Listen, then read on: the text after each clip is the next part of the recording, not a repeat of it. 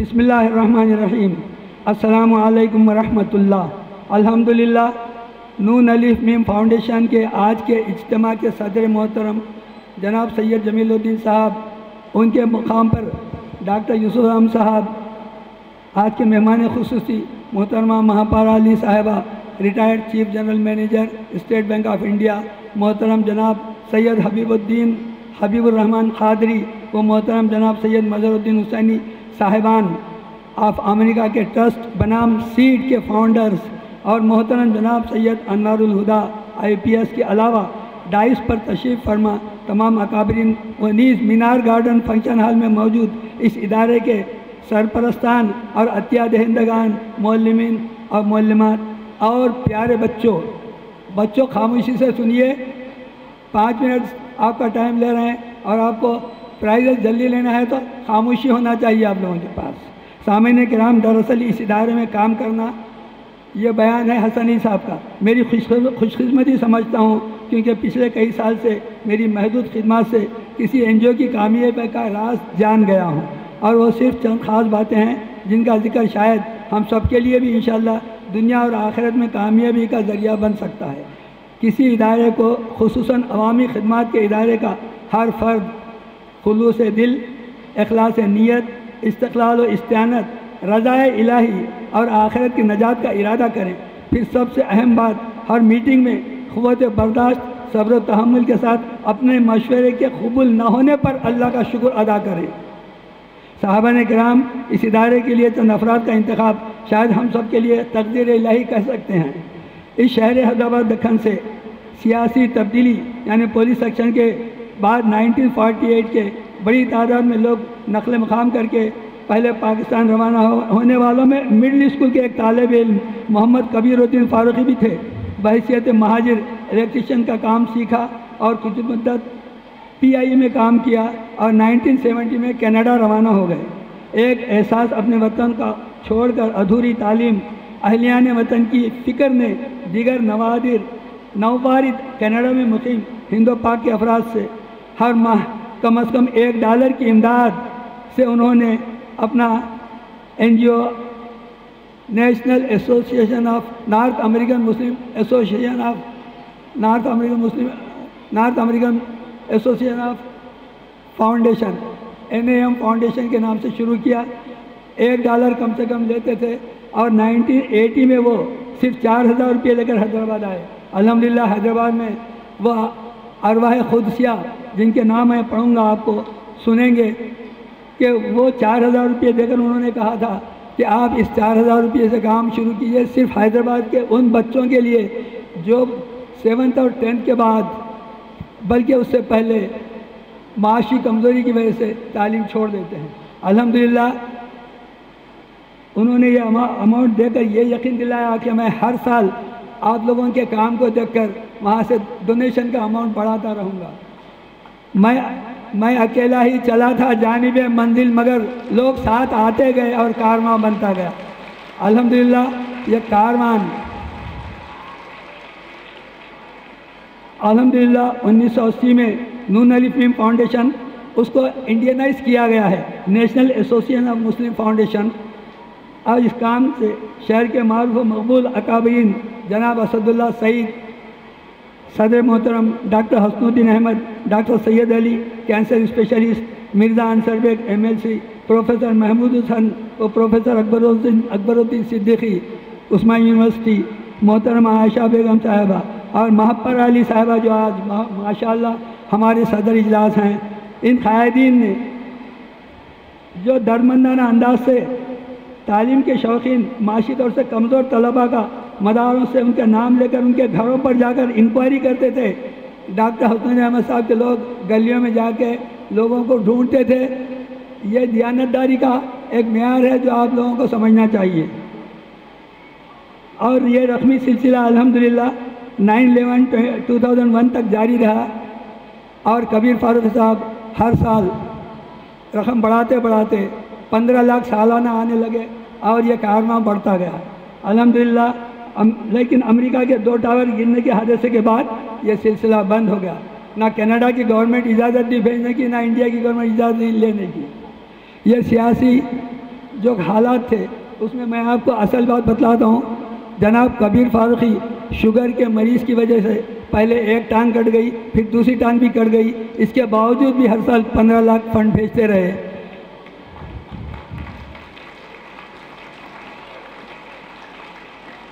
2021 میں وہ اللہ کو پیارے ہو گئے اور کینیڈا میں دفن ہو گئے. الحمدللہ اب ہمارے لیے نئی اراکین کی ایک ٹیم کی ضرورت محسوس ہونے لگی، خصوصاً نوجوان تاجر حضرات جیسے جناب محفوظ احمد، میر حسن علی اور ڈاکٹر یوسف اعظم کے علاوہ ڈاکٹر امتیاز الدین فاروقی، سلمان فاروقی، سید مبشر الدین، سید نجیب الدین شعبہ تعلیمات سے وابستہ، اور جناب سید جمیل الدین صاحب انکم ٹیکس کنسلٹنٹ، اور ایم ایچ مخصوص صاحب اور رشید اللہ غوری. یہ اس میں سے کئی لوگ اللہ کو پیارے ہو گئے ہیں. آپ سب ان کی مغفرت کی دعا فرمائیں. اور آج نئی ٹیم جو یہاں موجود ہے، یہ ٹیم کام کر رہی ہے. آپ تمام سے درخواست ہے، فاؤنڈیشن کی سینئر ٹیم کے بیشتر افراد ضعیف العمری رکنیت سے استفادہ، محترمہ مہاپارا صاحبہ نے استعفیٰ دے دیا تھا، لیکن فاؤنڈیشن والے ان کو چھوڑنے کے لیے راضی نہیں ہیں الحمدللہ. اور یہ نئی ٹیم نے ترقی کو مزید بڑھاتے ہوئے جو بچے اور بچیاں 9th اور 10th کا امتحان دینے والے ہیں ان کے لیے اسپیشل کوچنگ کلاس اس فاؤنڈیشن نے شروع کی، جس کی وجہ سے آج بیسٹ اسکول ایوارڈ اور میرٹ اسکالرشپ دینے کا معاملہ شروع ہوا ہے. یہ نئی ٹیم کو اس کا کریڈٹ جاتا ہے. اس کے علاوہ پرانے شہر میں خواتین کے لیے جو طالبات اور خواتین نادار اور مفلسی کی زندگی گزار رہے تھے، ان کے لیے سلائی مشین کا ٹریننگ سینٹر، کرافٹ سینٹر کم سے کم 5-6 اداروں میں شروع ہوا. 300 لڑکے اور لڑکیاں وہ بھی حاصل کر رہے ہیں. آپ دیکھیں گے انشاءاللہ آج 50 سوئنگ مشین ان لڑکیوں کو تقسیم کیے جائیں گے. اس باوقار پیشے سے کئی خواتین گھریلو مصروفیت کے علاوہ روزگار کے ذریعے اس فاؤنڈیشن کے عطیہ دہندگان. حقیقت تو یہ ہے کہ ریڑھ کی ہڈی ہے ہمارا فاؤنڈیشن. بلا تکلف عرض کروں گا کہ الحمدللہ یہ فاؤنڈیشن زکوٰۃ کم اور ڈونیشن زیادہ لیتا ہے. یہ اللہ کا احسان ہے کہ ہم کو ایسے ڈونر ملتے چلے جا رہے ہیں. یہ صرف اخلاص نیت کا اور حقیقت تو یہ ہے کہ جب یہ لڑکیاں سلوائی کر کے عقل حلال کماتی ہیں تو ان عطیہ دہندگان کے بزرگوں کے لیے بھی ایصال ثواب کا موقع فراہم ہو گیا الحمدللہ. میں نے حسن علی صاحب فرما رہے ہیں، میں نے زمانے کے اتار چڑھاؤ اور جسمانی حادثات کے باوجود سبحان اللہ سبحانہ و تعالیٰ کے کرشماتی عطا سے اور اپنے دیگر احباب کی اس فاؤنڈیشن سے دلچسپی سے یہ محسوس کیا ہے کہ ان معصوم کمزور طبقات کے بچوں کی تعلیم کی ذمہ داری اور ذریعہ آمدنی کا اثر ہماری زندگی میں بھی ان بچوں اور ماں باپ اور ان کے ماں باپ کی دعاؤں نے اثر دکھایا ہے. کیوں؟ الحمدللہ چراغ سے چراغ جلتے جلتے بیرون وطن امریکہ اور کینیڈا اور آسٹریلیا سے بھی ہمارے پاس کبھی کبھار ڈونیشن آنے لگے. اور یہ صرف فضل ربی اور عطیہ دہندگان کے لیے لمحہ مسرت ہے. لہذا میں اپنی گفتگو مرحوم کبیر الدین فاروقی کے فارمولے کی یاد دلاتا ہوں، جس کا اظہار ہم نے اپنے انویٹیشن کارڈ میں لکھا ہے. اعوذ باللہ من الشیطان الرجیم، بسم اللہ الرحمن الرحیم، لن تنالوا البر حتی تنفقوا مما تحبون. ان ڈونرز کو جو سب سے بہتر اپنا عطیہ قبول کروانا پڑتا ہے وہ اس آیت کو ملحوظ رکھیں اور دین و دنیا میں کامیابی کا پروانہ حاصل کریں. آمین. السلام علیکم. لڑکیاں سن رہی ہیں ادھر؟ ہاتھ اٹھائیے. ماشاء اللہ، یہاں پر سب لوگ سن رہے ہیں. ہاتھ نہیں اٹھائیے آپ لوگ.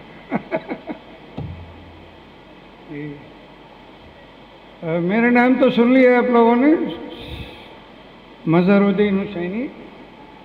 میں اسی شہر میں بڑا ہوا، اسی شہر میں تعلیم حاصل کی. پھر میں 52 ایئرس 52 سال پہلے امریکہ چلا گیا اور اب میں بوڑھا ہو گیا ہوں. بوڑھے ہونے کے کچھ فائدے ہیں. لوگ جو ہیں ویسے ہی عزت کرتے ہیں, گیسٹ آف آنر بنا دیتے ہیں. اور ایک چیز یاد رکھ لیں, عزت دینے والا اللہ ہے, عزت دینے والا اللہ ہے. اللہ تعالیٰ ہم سب کو عزت دے انشاءاللہ تعالیٰ. اب اسٹوڈنٹس کے لیے میری ایڈوائس یہ ہے کہ آپ لوگ, کہاں گئی میری تقریر؟ میں نے بہت لمبی چوڑی تقریر لکھی تھی. آپ لوگ محنت سے پڑھائی کریں. ایجوکیشن, نالج آپ سے کوئی نہیں لے سکتا. جب آپ محنت کریں گے تو آپ کو ترقی ہوگی, کامیابی ہوگی, آگے پڑھ سکیں گے. ہماری کمیونٹی اس وقت تعلیم میں بہت پیچھے ہے. ہائر ایجوکیشن میں پہلے 2% ہوتے تھے مسلمان, اب 1% ہو گئے. یہ بہت ہی شرمناک بات ہے. ہمارے بچے پڑھ نہیں رہے ہیں, اسکول میں ہی ڈراپ آؤٹ ہو جاتے ہیں. اگر ہائی اسکول کر لیا تو کالج نہیں جاتے ہیں, کالج جاتے ہیں, ڈگری بھی کر لی تو ان کو ماسٹرز ڈگری یا پی ایچ ڈی میں داخلہ نہیں ملتا, کیونکہ ان کے نمبر اچھے نہیں ہوتے. آپ لوگ محنت سے پڑھیں گے تو آپ کامیاب ہوں گے. ترقی کے لیے پہلی چیز یہ ہے کہ اچھا کیریکٹر چاہیے. آپ کے اخلاق آداب اچھے ہونے چاہیے, ڈسپلن ہونا چاہیے. You need to work hard. آج کا کام آج کریں, کل کسی کی زندگی میں نہیں آیا, کل کسی نے دیکھا بھی نہیں ہے. آج کا کام کل پہ ڈالیں گے تو وہ ہونے والا نہیں ہے. روز اسکول جائیں, اسکول مس نہیں کریں, روز کا کام روز کریں تو آپ کو کوئی بھی کامیابی سے نہیں روک سکتا. اب یہاں اس تقریب میں 15-20 جو بھی بچے ہیں ان کو گولڈ میڈل دیا جائے گا. اب یہاں پہ کم از کم 2000 بچے ہیں. باقی کے بچوں کو کیوں نہیں مل رہا گولڈ میڈل؟ یہ سوچیے آپ لوگ. جو گولڈ میڈل لے رہا ہے وہ بھی آپ ہی کی طرح بچہ ہے, آپ ہی کی طرح اسٹوڈنٹ ہے. اس کی 4 آنکھیں نہیں ہیں, 4 کان نہیں ہیں, اس میں کوئی چیز ڈفرینٹ نہیں. Only thing that is different کہ وہ محنت کرتے ہیں, وہ پڑھائی کرتے ہیں, آپ لوگ نہیں کرتے, اسی لیے آپ کے نمبر کم ہیں. آپ کو گولڈ میڈل ملنا چاہیے, ہر اسٹوڈنٹ کو ملنا چاہیے. اسی وقت ہو سکتا ہے جب آپ محنت کریں.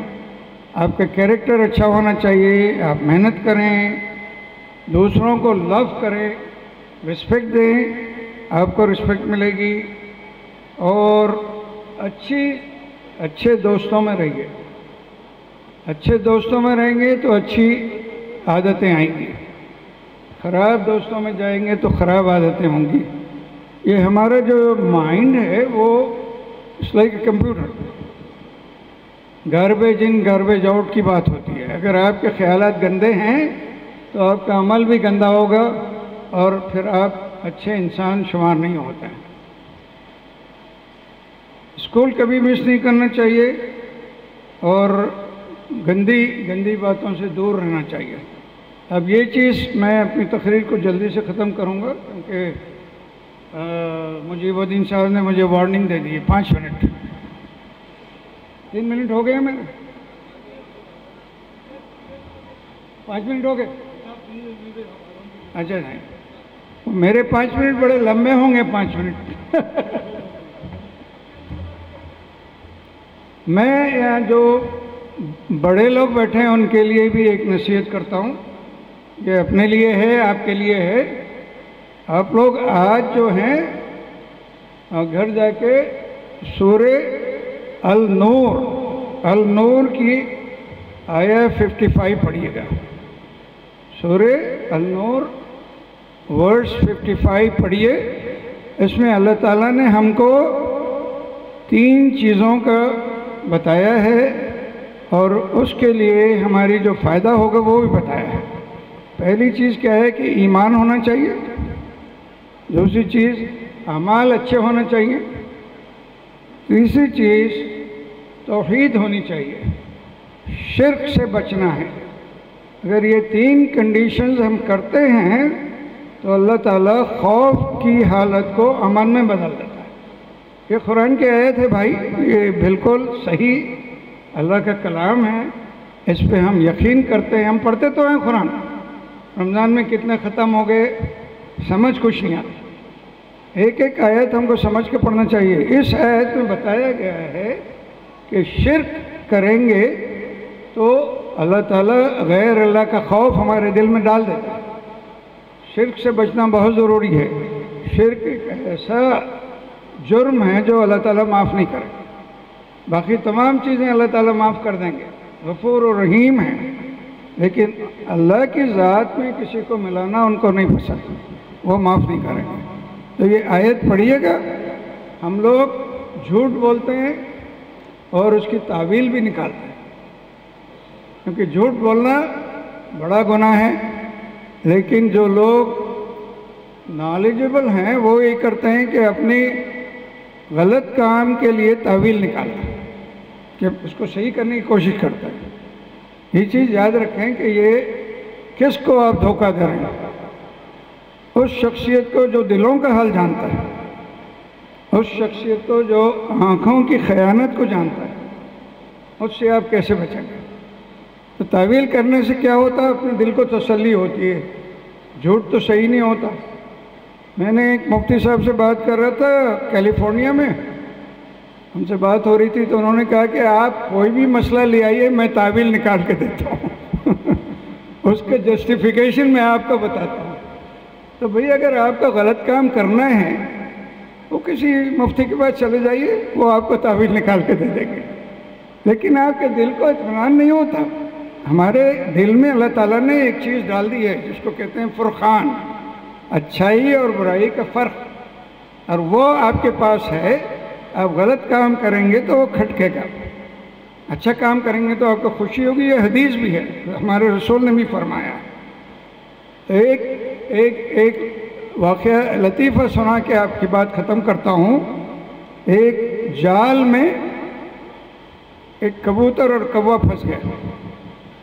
اب کبوتر رونے لگا کہ بھئی اب جس نے بھی مجھے پکڑا ہے وہ مجھے کاٹ کے کھا لے گا۔ کوا بھی رو رہا ہے۔ کبوتر نے پوچھا کہ بھئی تم کیوں رو رہے ہو؟ کوا کھانا حرام ہے، تم کو تو چھوڑ دے گا۔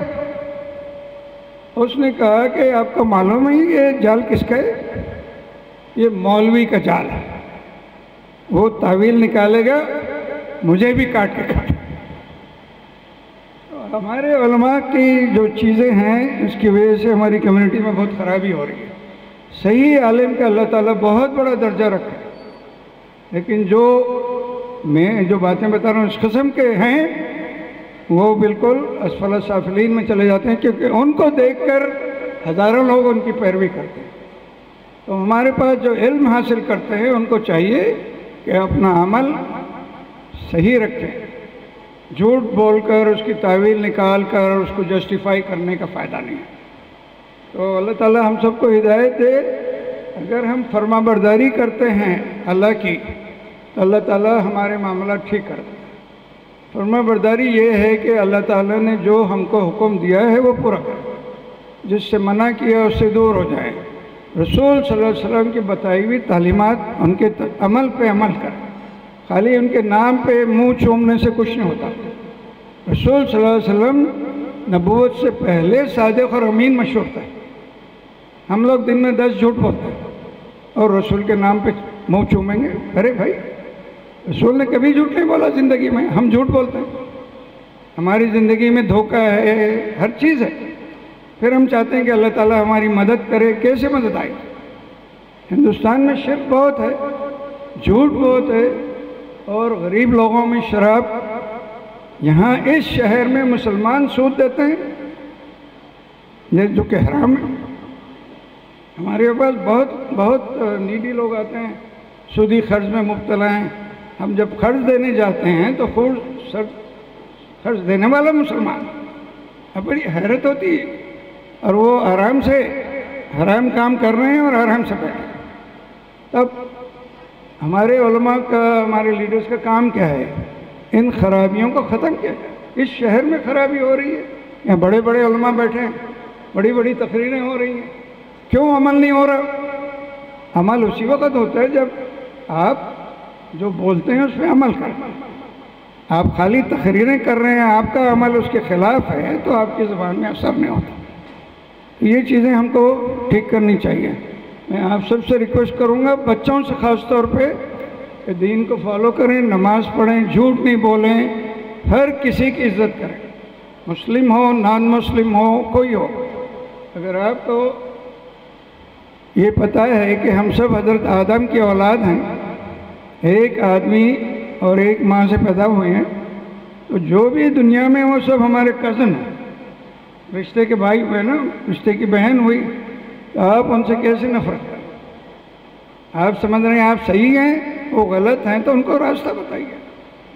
ان کو نفرت کرنے سے مسئلہ حل نہیں ہوتا۔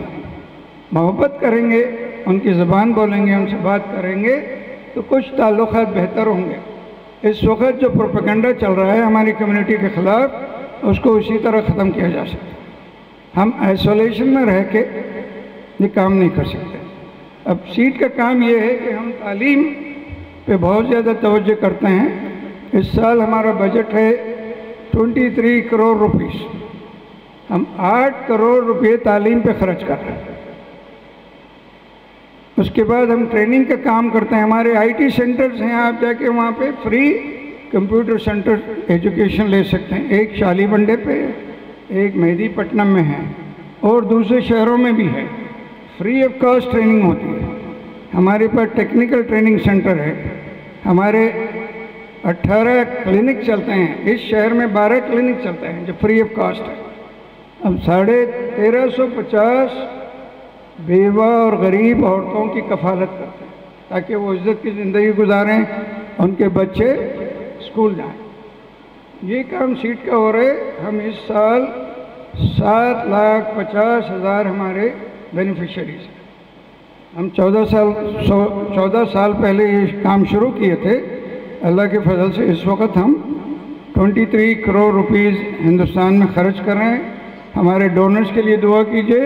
ہم نے ڈونیشن دیا ہے نام فاؤنڈیشن کو، اس سے کچھ کتابیں اور بکس وغیرہ تقسیم کی جا رہی ہیں، اور اس سے زیادہ مجھے کچھ نہیں بولنا۔ السلام علیکم۔ الحمدللہ رب العالمین، والصلاة والسلام على سید الانبیاء والمرسلین سیدنا محمد وعلى آلہ واصحابہ اجمعین، اما بعد۔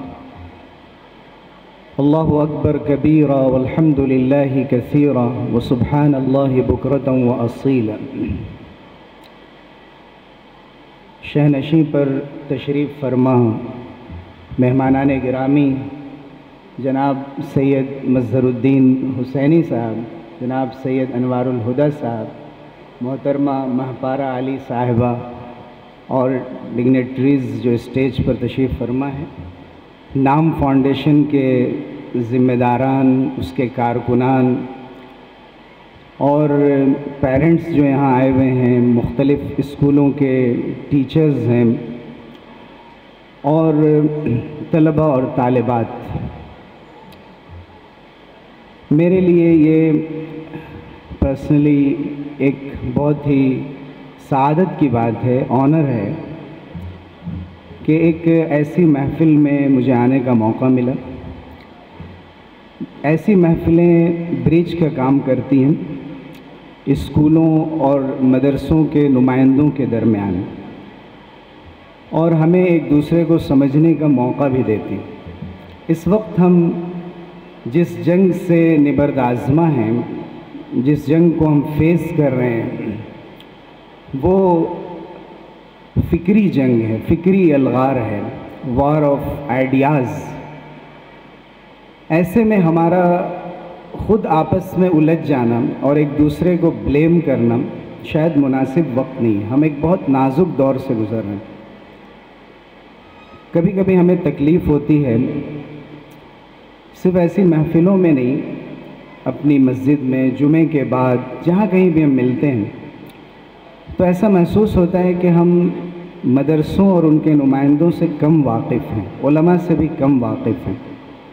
اور ہم جب علماء کے درمیان اور اپنے دینی طلباء کے درمیان ہوتے ہیں تو وہ دانشور حضرات اور ان کی خدمات سے کم واقف ہیں، انٹلیکچوئلز سے کم واقف ہیں۔ ہم دوسری قوموں سے کیا واقف ہوں گے جب ہم ایک دوسرے کو سمجھنے کو تیار نہیں اور ہم قریب نہیں آتے ہیں۔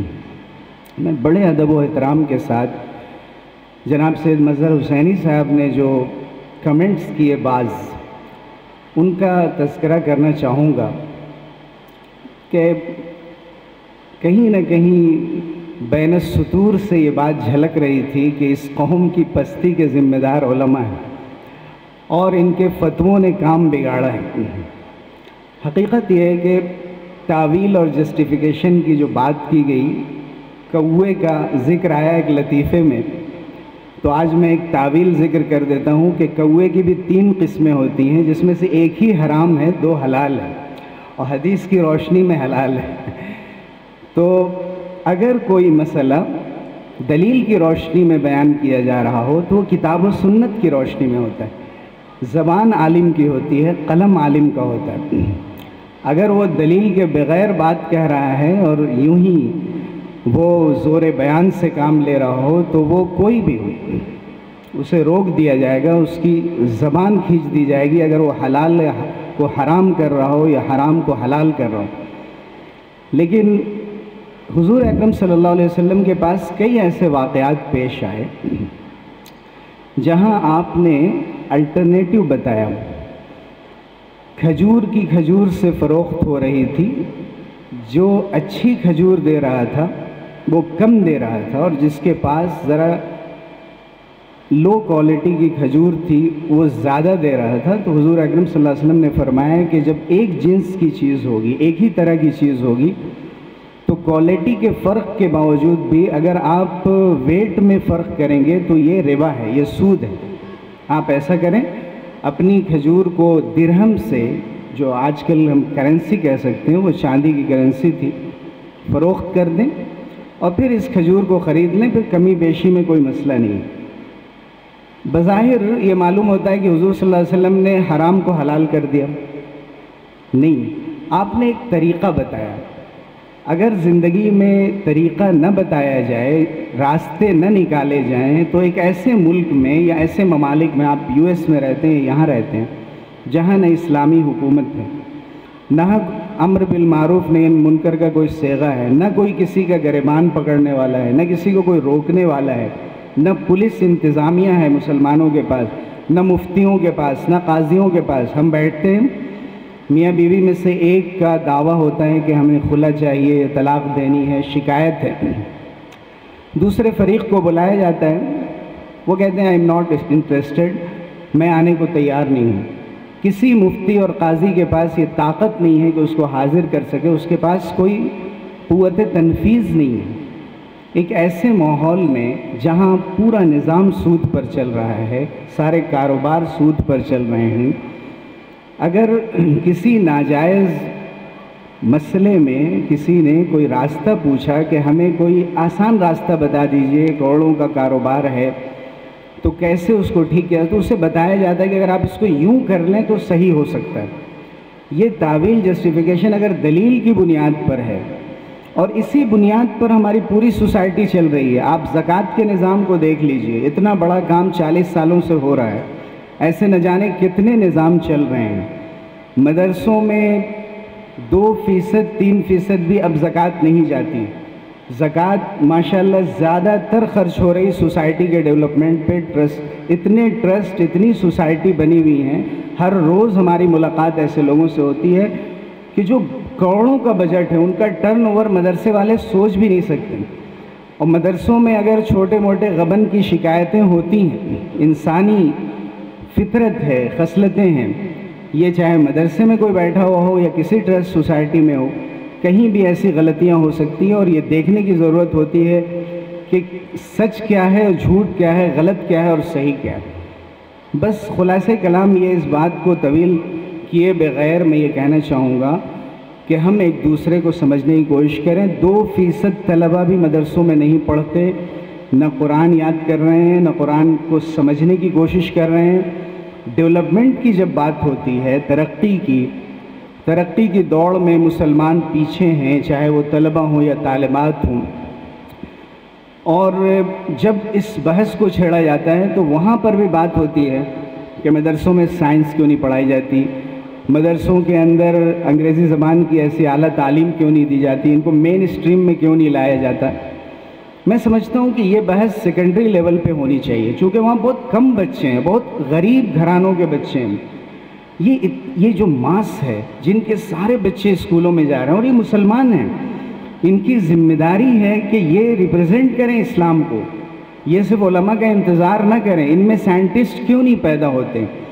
قوم و ملت کے لیے کام کرنے والے ڈاکٹرز کیوں نہیں پیدا ہوتے ہیں؟ ایسے جذبہ کیوں نہیں پیدا کیا جاتا ہے؟ حیدرآباد جیسے شہروں میں یا یہاں کے جو لوگ باہر رہ رہے ہیں یا جس علاقے میں بھی ہیں، جو ان کی دینی تربیت ہے، ابھی مظہر صاحب کی گفتگو میں جو مذہبی بیداری کی جو کیفیت جھلک رہی تھی اور اس کے بعد بھی جو گفتگو ہوئی، یہ میں نہیں سمجھتا ہوں کہ دوسرے تمام شہروں میں جن لوگوں کا بیک گراؤنڈ دینی تعلیم کا ایسا مستقل نہ رہا ہو، آسان نہیں ہے.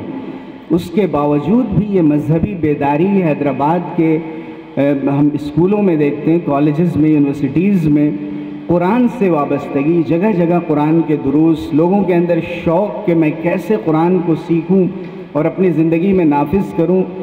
یہ ایک بہترین موقع ہے.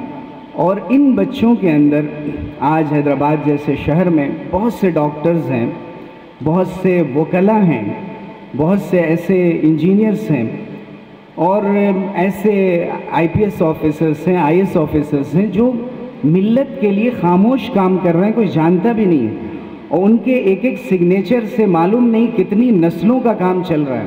ان کا اعتراف ہونا چاہیے. اور ان بچوں کے اندر ایسا ذوق پیدا کرنا چاہیے کہ بیٹے بیٹیاں تم کہیں بھی رہنا، تم یہ بھولنا مت کہ انسانیت کی خدمت تمہارے پریفرنس میں ہونا چاہیے. کنتم خیر امت اخرجت للناس، کہ تمہیں اسی لیے برپا کیا گیا ہے، اس امت کو بھیجا اسی لیے گیا ہے کہ اگر میں ہندی میں کہوں تو جو لوگوں کی سمسیائیں ہیں ان کا سمادھان کرنے کے لیے بھیجا گیا ہے. اس پوری انسانیت کو پرابلم سالو کرنے کے لیے، پرابلم کریٹ کرنے کے لیے نہیں بھیجا گیا ہے. اگر چند لوگوں میں اختلاف ہے تو ان میں اتحاد کی کیا شکلیں ہوں گی، وہ تلاش کرنے کی ضرورت. اور ان بچوں کے اندر ان کے لباس سے، ان کے پیرنٹ کے لباس سے، ان کے رکھ رکھاؤ سے، ان کے اخلاق سے یہ اندازہ ہوتا ہے کہ ان کے گھر کا ماحول دینی ماحول ہے. اپنے بچوں کے لیے یہ چاہتے ہیں کہ گھر کے اندر بچہ ترقی کرے اور چاند تک پہنچے، اور چندریان 3 جیسے ہوا، آگے جب یہ چیز بڑھے تو ان بچوں میں سے بھی کچھ ہوں. لیکن ایک طرف چاہتے ہیں کہ ان کے ایک ہاتھ میں قرآن، اور میں ہاتھ کی بات نہیں کرتا، دل و دماغ میں قرآن مجید ہوں اور رچ بس گیا ہو. قاری صاحب کا شکریہ کہ ابھی جو انہوں نے آیتیں پڑھی ہیں سورہ فرقان کا آخری رکوع، اس کے اندر سائنس کا بھی تذکرہ ہے، شمس و قمر کا تذکرہ ہے، چاند اور سورج کا تذکرہ، دن اور رات کے آنے جانے کا تذکرہ. لیکن قرآن کا خاص وصف یہ ہے، اس کا امتیاز یہ ہے دوسری کتابوں کے مقابلے میں کہ قرآن سائنس کی کتاب نہیں ہے، سائنس کی کتاب ہے، یہ آیات اور نشانیوں کی کتاب ہے. فوراً اللہ تعالیٰ نے اس کو پھیر دیا ہے اس طرف کہ لیبارٹری میں ریسرچ ہو رہے ہوں، دریافت کیا جا رہا ہو زمین گول ہے کہ نہیں، چاند زمین کے تابع ہے یا نہیں ہے، یا سورج کی کیا ماہیت ہے، ہمارا سولر سسٹم کیسا ہے، اس کے نیچے کتنے سیارے اور ستارے آتے ہیں. یہ بحث ایک طرف ہے اور ضروری ہے، لیکن اس کو جوڑ دیا گیا لمن اراد ان یذکر او اراد شکورا.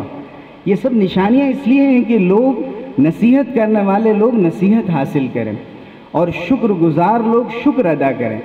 علم سے ہمارے اندر ایٹیٹیوڈ پیدا نہ ہو، گریٹیٹیوڈ پیدا ہو، شکر پیدا ہو. یہ ہماری مشکلات کا حل ہے.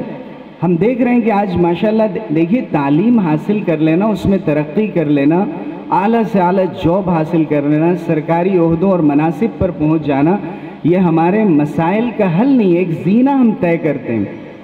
ہم دیکھتے ہیں کہ آج مغرب سے عشاء تک بقی میں الحمدللہ بہت سے مسائل پر گفتگو ہوتی ہے، دارالافتاء ہے، لیکن اس کے ساتھ ساتھ بہت سے نوجوان بچے اور بچیاں اس لیے رجوع ہوتے ہیں کہ ان کا مسئلہ خلا طلاق کا، زمین کا جھگڑا نہیں ہے.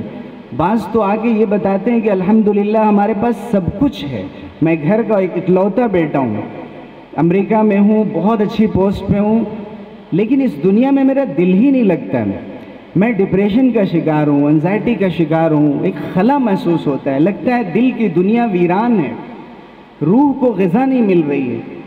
آپ سوچئے کہ ترقی کی جب بات کی جائے، جب ہم گفتگو کر رہے ہوں انسانی زندگی کو ترقی دینے کی، ہیومن ڈیولپمنٹ کی، تو سب سے پہلے اس کے دل و دماغ میں طاقت ہونی چاہیے۔ میں ابھی گرین فیلڈ ہاسپٹل گیا تھا کسی کے کام سے، میں نے دیکھا کہ زیادہ بڑی تعداد میں برین اور ہارٹ کے مریض مسلمانوں میں بڑھتے چلے جا رہے ہیں۔ قرآن مجید اور سیرت کا مطالعہ اگر ہمارا اچھا ہو اور روزانہ کا معمول ہو ہمارا، یہ ہمارے غموں کا علاج ہے۔ اس لیے اپنے بچوں کے اندر یہ بیداری پیدا کرنا ضروری ہے۔ یہ بچوں کا اتنا زیادہ اپنے اسکرین سے اٹیچڈ ہو جانا چھوٹی عمر میں کیا کہتا ہے؟ آپ بتائیے ان کے دل و دماغ پہ کیا اثر ہو رہا ہے؟ ان کو کس اندھیرے غار میں لے جا رہا ہے جہاں سے وہ نکل نہیں سکتے۔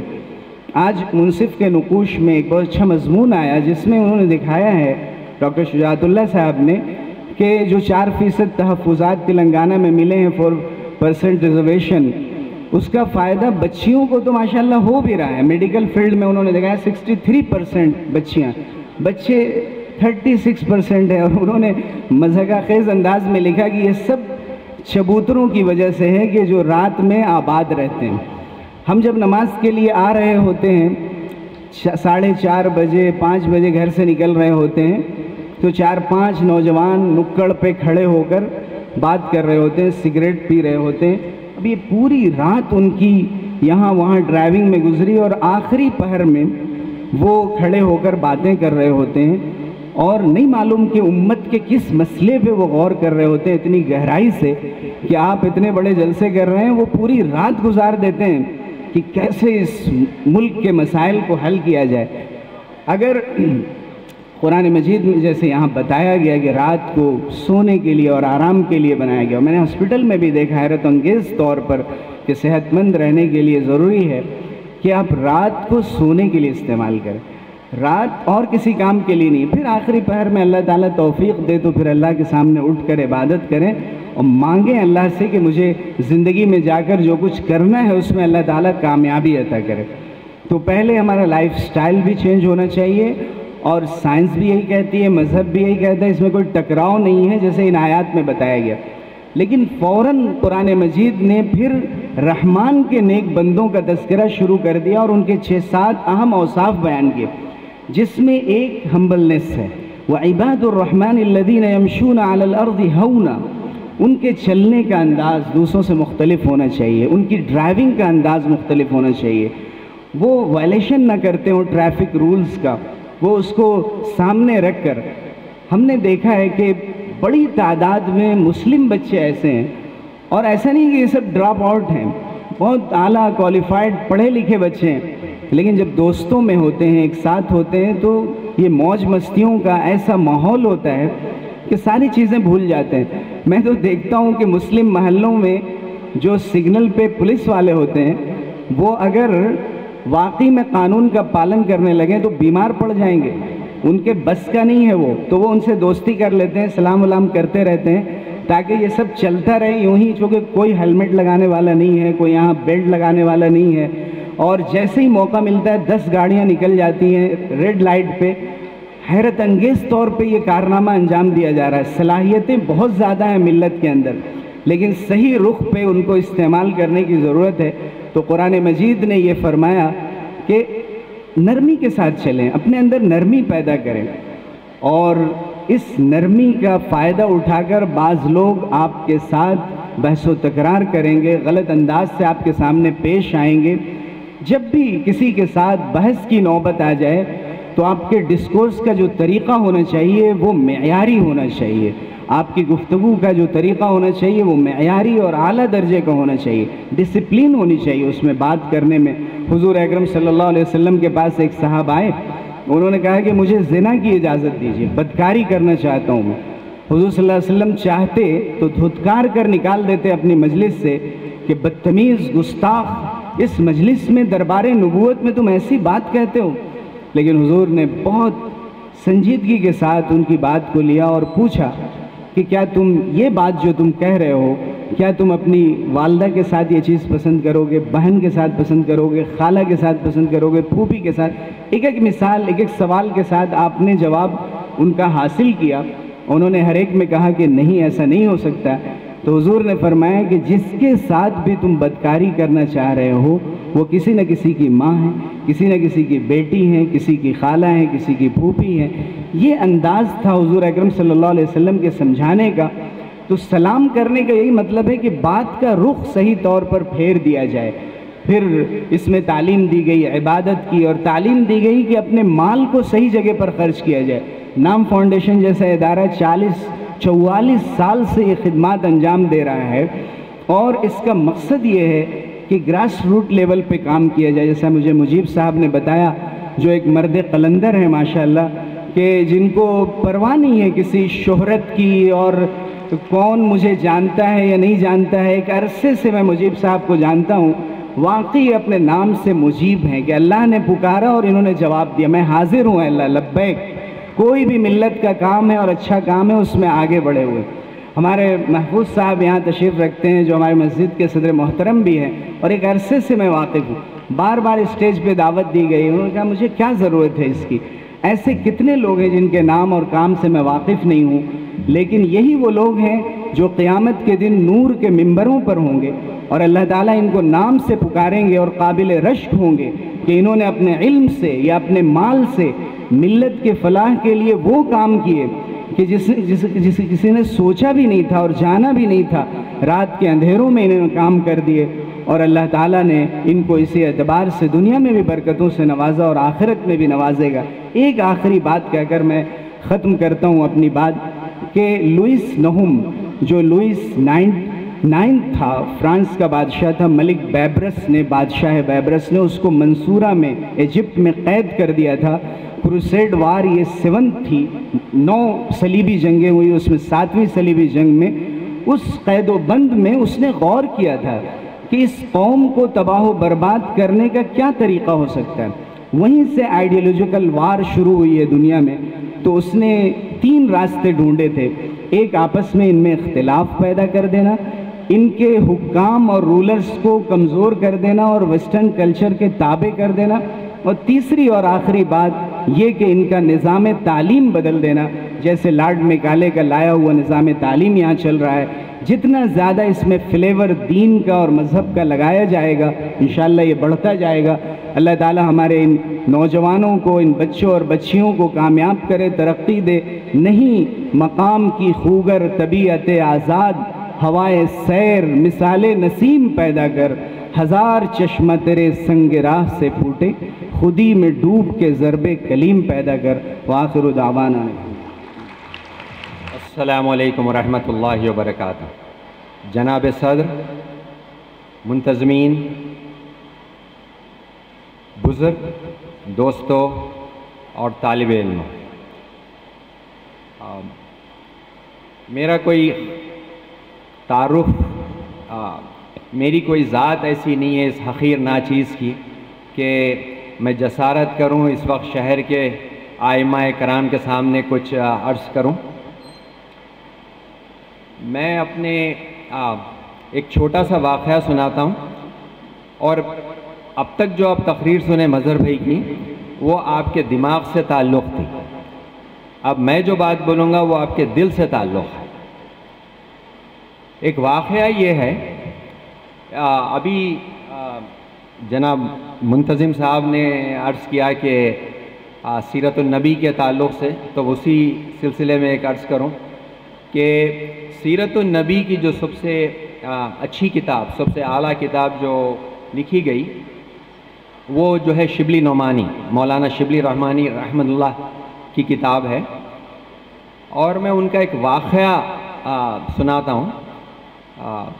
جب شبلی نعمانی کے ایک چھوٹے صاحبزادے تھے، وہ اپنے استاد کے پاس لے گئے اپنے صاحبزادے کو اور عرض کیا، حضرت میرے بچے کو محبت کرنا سکھا دیجیے. یہ ایک ایسی محبت، ایک ایسی تحریک ہے جو انسان کو دیوانہ بنا دیتی ہے. اور یہ جو دیوانگی جو پیدا ہوتی ہے ایک محرک ہے، ایک تحریک پیدا ہوتی ہے انسان کے دماغ میں، انسان کے جسم میں، کہ وہ کچھ عمل کرے. اور اگر آدمی کسی بھی موضوع پہ اور کسی بھی فیلڈ میں اگر دیوانگی کی حد تک کوئی چیز پسند نہیں ہے تو وہ اپنے ایکسلنس تک نہیں پہنچ سکتے. تو کوشش یہ کیجئے کہ اب طالب علموں کو تو یہ مشورہ دیا جا سکتا ہے کہ بھائی اپنے علم سے محبت کریں، اور جب علم سے محبت کریں گے تو آپ کو محنت کرنا آسان ہو جائے گا، کسی کو بولنے کی ضرورت نہیں پڑے گی، آپ خود اپنے محبت سے علم کے اعلیٰ درجوں پہ پہنچ جائیں گے. اب جب ٹھہرائی دیے ہیں آپ تو ایک شعر بھی پڑھ لیتا ہوں. یقین محکم عمل پہ ہم محبت فاتح عالم، جہاد زندگانی میں ہے مردوں کی شمشیریں.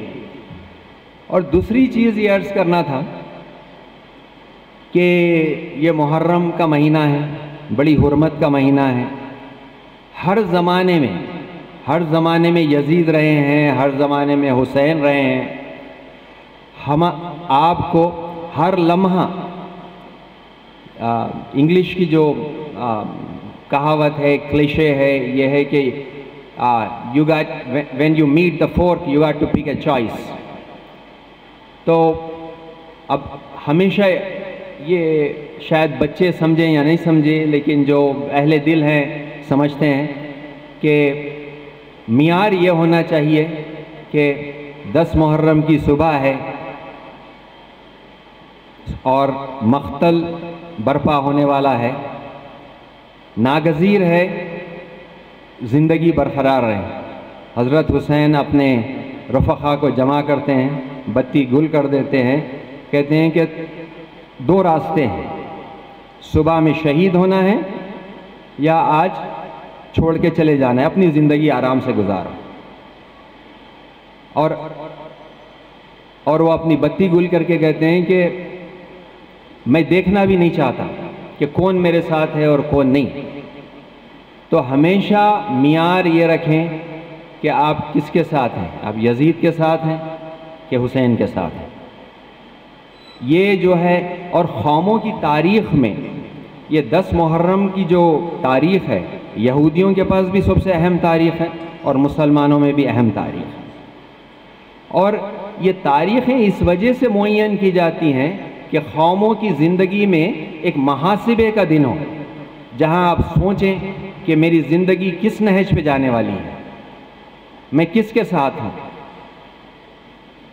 مرنا ہر ایک مقدم ہے، حشر برپا ہونا ہے، حساب ہوگا. اب آپ کو یہ دیکھنا ہے، جیسا آیت ہے، ما ادراک ما یوم الدین ثم ما ادراک ما یوم الدین یوم لا تملک نفس لنفس شیئا والامر یومئذ للہ. خدا حافظ، السلام علیکم. اسٹیج پہ جو بیٹھے ہیں، باقی مہمان جو نیچے بیٹھے ہیں، ٹیچرز اور اسٹوڈنٹس، اس جلسے سے میرا قریبی تعلق ہے، کیونکہ اس جلسے میں جو میرے 3 ادارے ہیں جس کے ساتھ میں کام کرتی ہوں. اتنے سالوں سے میں خود آ رہی ہوں، 10-15 سال سے یہ فنکشن دیکھ رہی ہوں. شاید ان لڑکیوں میں ایسے ہی بھی ہیں جو کہ انجینئرز، ڈاکٹرز، لائرز بنے، لیکن میرا کہنا یہ ہے کہ اور بننا چاہیے، اور زیادہ چاہیے ہم کو. جب آپ کا ہائر ایجوکیشن میں آپ کا پرسنٹیج اتنا کم ہے تو آپ ہر ایک جو یہاں پہ ہر ایک لڑکا یا لڑکی جو ہے اپنی ذمہ داری سمجھنا چاہیے کہ مجھے آگے پڑھنا ہے، مجھے ہائر ایجوکیشن لینا ہے. کیونکہ آپ کی جو قوم ہے، آپ کے جو ساتھی ہیں، ہم لوگ سب ہیں، ہم لوگ چاہیں گے کہ آپ اپنا نام بڑھائیں. اور اگر آپ کو میں آپ کو 3 مثال دی 3 مثال میں عبدال کلام صاحب کے پاس تو پیسے بھی نہیں تھے، وہ دوسرے 2 کے پاس بہت پیسہ کمائے وہ، لیکن آپ کا نظریہ پیسہ کمانے میں نہیں رہنا چاہیے. آپ کا نظریہ یہ رہنا چاہیے کہ میں جب کچھ کروں گا یا کروں گی تو سوسائٹی میں کیا امپیکٹ ہوگا، کتنے لوگوں پہ امپیکٹ ہوگا، کتنے لوگ اس سے فائدہ اٹھائیں گے. تو یہ آپ کا نظریہ رہنا چاہیے کہ میں یہ کام کرنے سے دوسروں کی مدد کر سکتی ہوں اور ساتھ ساتھ خود بھی آگے بڑھ سکتی ہوں یا بڑھ سکتا ہوں، اور سوسائٹی میں میرا یہ کرنے سے یہ امپیکٹ ہوگا، ہمارے قوم پہ یہ امپیکٹ ہوگا، آپ کی قوم فخر محسوس کرے گی. وہ ہم چاہتے ہیں. تو آپ کا کافی کچھ وقت چلا گیا، میں دیکھ رہی ہوں کہ لڑکے لڑکیاں کافی تھک چکے ہیں. آپ لوگوں کو میں مبارکباد دیتے ہوئے اور آل دا بیسٹ بولتے ہوئے تھینک یو بولوں گی، شکریہ ادا کروں گی. السلام علیکم خواتین و حضرات، میرے سارے بچے بچیاں. ٹھیک اسی وقت جب ہم لوگ یہاں موجود ہیں، اتنے کثیر تعداد میں 2-2.5 ہزار بچے بچیاں یہاں ہیں، اسی وقت ایک اور پروگرام چل رہا ہے مدینہ اسکول میں، ارلی گول سیٹنگ اور ڈریم بگ کے پروجیکٹ کا. ایک ڈاکٹر عارض احمد صاحب ہیں جو IAS میں ہیں، آندھرا پردیش سے تعلق رکھتے ہیں، انگول ڈسٹرکٹ سے، اور ابھی آسام میں فائز ہیں، وہ پرنسپل سیکرٹری ہیں وہاں. وہ 3 سال سے یہ مہم چلا رہے ہیں. ابھی ذکر بھی ہوا تھا کہ بچوں کو ارلی گول سیٹنگ کتنی ضروری ہے، اور صرف ارلی گول سیٹنگ نہیں، ڈریمنگ بگ. ایک اکبر الہ آبادی کا شعر ہے کہ BA پڑھے نوکر ہوئے پینشن ملی مر گئے. وہ نہیں کرنا ہے ملت کو، قوم کو. تو بہت ضروری ہے کہ ہم لوگ بچوں کو اسکول کے لیول پہ، کالج کے لیول پہ ان کو بتایا جائے بھائی کیا کر سکتے ہیں آپ، کیا ایونیوز آپ کے لیے کیریئر آپشنس ہیں اویلیبل. صرف سول سروسز نہیں، صرف IAS IPS نہیں، اور بھی بہت ساری جو کیریئر آپشنس ہیں اس کا آپ کو ایٹ لیسٹ سوچ آئے اسکول کے زمانے میں، تاکہ آپ اپنا کیریئر آپشن ڈیسائیڈ کر سکیں اسکول کے زمانے پہ. ابھی یہاں مہاپارا میڈم ہیں، آپ کو تعجب ہوگا 70s میں آپ جوائن کری بینک، 70s میں کتنے 50 سال پہلے جب ہم لوگ تصور بھی نہیں کرتے تھے کہ وہ لیڈیز بینک میں آ سکتی ہیں. She is a banker, very senior banker ہیں. تو جتنی لڑکیاں یہاں پر ہیں موجود، یہ بھی ایک ڈریم رکھیے کہ آپ بھی بینکر بن سکتی ہیں. آپ کو تعجب ہوگا ICICI بینک میں پہلے ہم لوگ بھی جب اسٹوڈنٹ تھے تو SBI کا اور ریزرو بینک کا انشورنس کے کافی اوپننگز ہوتے تھے. وہ ایک آپشن ہوتا تھا کہ بھئی آپ بینک میں آ جائیں، اور اس وقت تنخواہ کافی اچھی ہوتی تھی بنسبت سول سروسز کے، بیکاز سول سروسز میں اس وقت بیسک ساتھ 700 ہوتا تھا اور بینک میں اس وقت 1200 ہوتا تھا بیسک. تو اتنا ڈفرینس ہوتا تھا. تو آپ میں سے جو بچیاں ہیں وہ بھی مہاپارا میڈم کی طرح بینکر بن سکتی ہیں. یہ ڈریم بھی رکھیے آپ. تو میں ICICI بینک میں آج کل ہر سال 3000 آفیسرز لیتے ہیں، ہر سال بچے بچیاں ملا کر. It's a big number throughout the country. They have their exams. I think شاید ایگزام ہوتا ہے، پتہ نہیں، I am not sure. But every year 3000 officers get into ICICI Bank, which is a very good career as a banker. محترم dignitaries جو dice پہ ہیں اور اس پروگرام میں شرکت کر رہے ہیں، correspondents of all the adapted schools, teachers اور میرے پیارے بچوں، السلام علیکم ورحمۃ اللہ وبرکاتہ۔ الحمدللہ آپ نے بہت ساری نصیحتیں اپنے آج کے پروگرام کے چیف گیسٹ مہپارہ علی محترمہ سے سنے، اور guest of honours S A Huda Sahab, مظہر حسینی صاحب اور مولانا اعظم ندوی صاحب، یہ لوگوں سے بہت ہی ویلیبل چیزیں سنیں۔ تعلیم کی اہمیت پہ بھی انہوں نے بہت کچھ کہا، فیوچر پراسپیکٹس بھی کہا کہ آپ 10th پاس ہونے کے بعد میں آگے کیا کرنا چاہیے۔ میں سمجھتا ہوں کہ یہ بہت ویلیبل ایڈوائزز تھے۔ آج اکثر بچے 10th کے بعد انٹرمیڈیٹ کرتے ہیں 2 سال، اس کے بعد میں ہر ایک کی خواہش یہ رہتی ہے کہ میں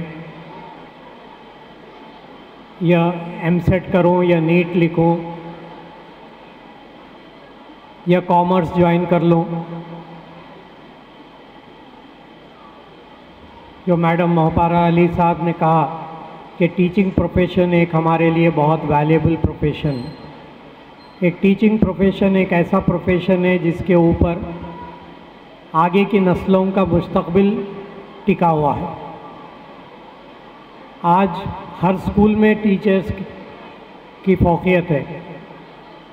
دیر is a dearth of teachers in each and every school. اگر آپ ٹیچنگ پروفیشن چوز کریں گے تو آپ اپنی کمیونٹی کو بھی سرو کر سکیں گے، اور آپ کے لیے بھی جاب اپارچونیٹیز بہت اچھے ہیں۔ لوگ آج انجینئرنگ کرنے کے بعد میں جاب لیس ہیں۔ On meager salaries they are working or doing odd jobs.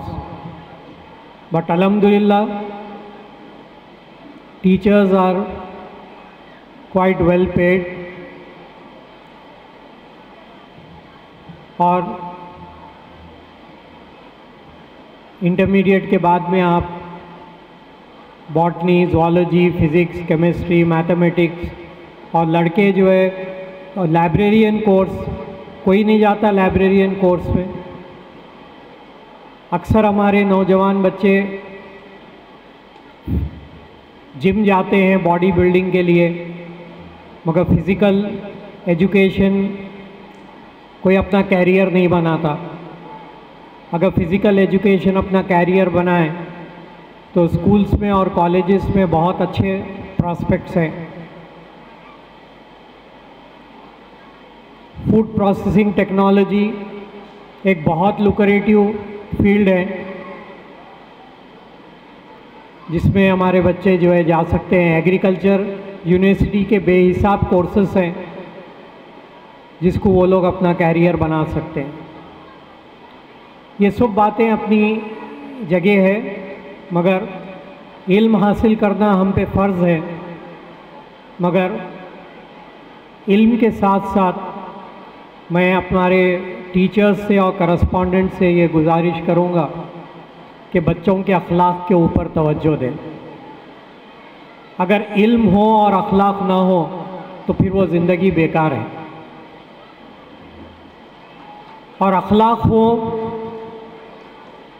اور اگر علم کچھ کم ہو تو بھی وہ قابل قدر ہے سوسائٹی میں، اور اگر دونوں بھی نہ ہو تو پھر اس سے بدتر زندگی اور کچھ نہیں ہو سکتی۔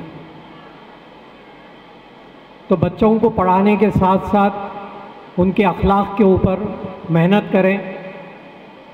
ہم اپنا مقام سوسائٹی میں اپنے اخلاق سے بنا سکتے ہیں، اور جو علم حاصل کر رہے ہیں اس پہ پیشن ڈیولپ کریں۔ میڈم نے 3 مثالیں دی کہ جو پیشن کے ذریعے سے دنیا کے عروج پہ پہنچ گئے۔ تو اگر آپ بھی کوئی بھی فیلڈ سلیکٹ کریں، اگر اس میں ایک پیشن رکھیں تو آپ کے لیے کامیابی ہے۔